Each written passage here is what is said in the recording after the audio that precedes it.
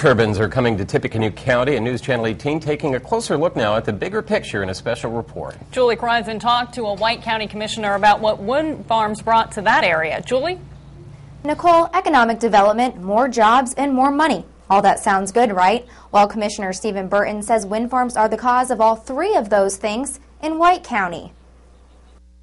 The economic development has been huge to White County. Commissioner Stephen Burton says the first phase of the Meadow Lake Wind Farm brought in 20 new jobs. This would be no different than a company building a huge factory behind me and bringing in 200 jobs and having millions of dollars investment here. This is similar. It's just instead of 200 jobs, they're bringing in 20 highly qualified jobs. Burton says talk of wind farms began about 3 years ago. The 5-phase project is still under construction. Phase 1 can power up to 60,000 homes with clean energy each year.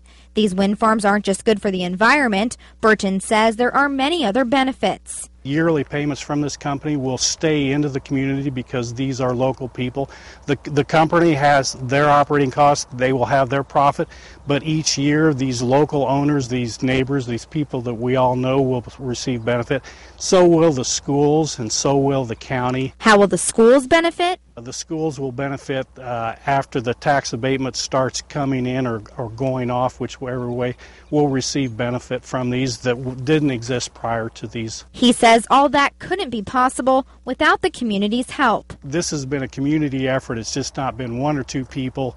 I'll have to say my neighbors and friends and people in the area have been very supportive of this. Now, wind farm developers are looking toward Tippecanoe County to produce more wind energy. We do know of at least 2 companies, 3 that are very interested in our community. The Tippecanoe County Commissioners created ordinances to lay the groundwork for wind turbines and wind farms here. There are private turbines out there for individuals to look at, the micro-WECs that we are trying to cover.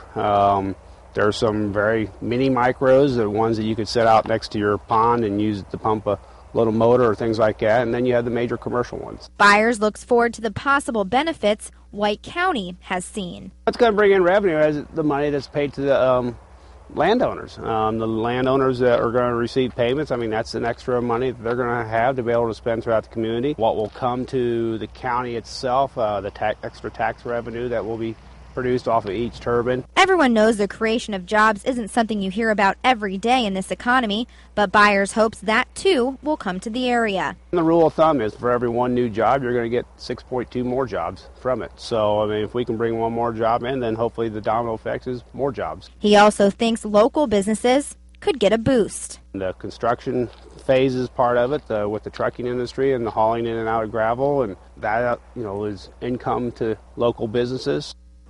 Now, there's no way to tell how much money White County will receive or how much Tippecanoe County could receive either, and payments vary for individual landowners by the amount of turbines and type of wind farm company. Julie Kreisen, News Channel 18.